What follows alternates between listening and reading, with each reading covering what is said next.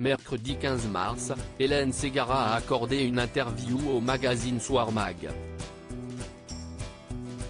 La chanteuse et jurée de la France a un incroyable talent, s'est confiée sur le cancer de son ami Florent Pagny, ne manquant pas de souligner sa discrétion. Le 5 mars dernier dans 7 à 8, Florent Pagny sortait du silence pour donner de sombres nouvelles de son état de santé.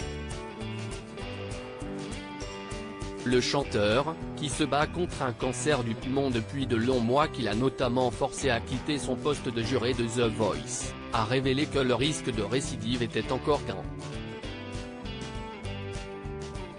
J'ai passé un examen il y a très peu de temps, car je me suis retrouvé il y a une semaine avec une énorme quinte de toux. Ça m'a rappelé les débuts de cette histoire. Je suis allé faire des images, et elles ne sont pas terribles, indiquait-il à Audrey Crespo-Mara.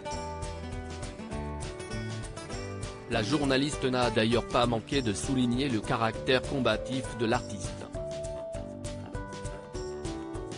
Isolé dans sa Patagonie adorée, le chanteur a tout de même fait le déplacement en France pour des examens plus poussés. L'occasion, peut-être, de voir certains de ses amis qui s'inquiètent sans doute beaucoup pour lui. Il a montré qu'il était un battant, si notamment le cas d'Hélène Ségara, elle aussi jurée mais du côté de M6 dans la France, a un incroyable talent. Il faut dire que la chanteuse star des années 2000 connaît bien la maladie, elle qui se bat depuis des années contre une névrite optique qui lui provoque de graves troubles de la vision. Le caractère combatif de Florent Pagny, elle ne le connaît que trop bien.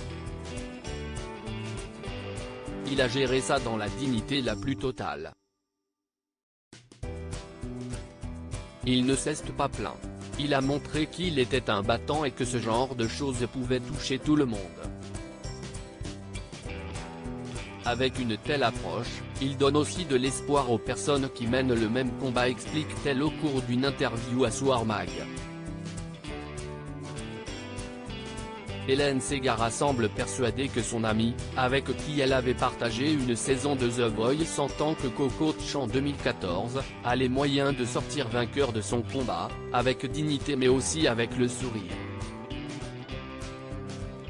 Ça ne m'étonne pas de lui, si un super mec, conclut-elle.